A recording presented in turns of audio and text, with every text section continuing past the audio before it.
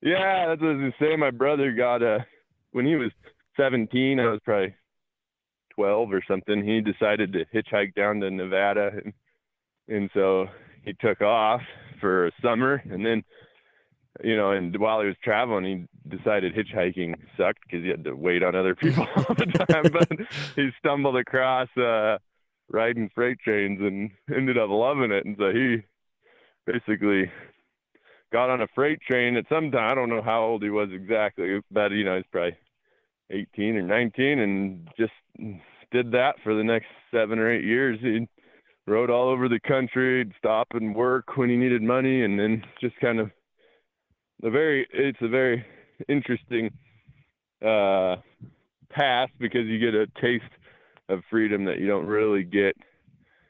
It's hard to get in modern life because really all you're doing is if he invited me, to make a long story short, and I went out for a long summer with him. And How old were you at that point? I don't remember if I was 18 or 19, but something like that.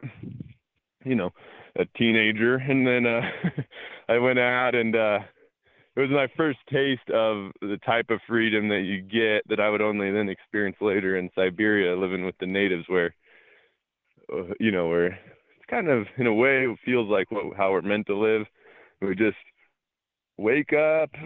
What are your needs? You need some food. Try to procure food. If you need, uh, you, just very, very free. There's no stressors about meetings you need to be at, or going to work at this time or that. It's all very unscheduled, very free, and it was pretty eye opening. So after having experienced that, I think you kind of catch the bug or something. And I went back and worked a little longer at Lighthouse Salad Dressing, but then I quit that and went down to Virginia with my brother, and we started renovating houses. But not long after that, I had heard about this. He's like a missionary guy over in Russia that was building an orphanage and needed help. And since I knew some construction stuff, I was like, I felt like that was the right thing to do. So I went over there and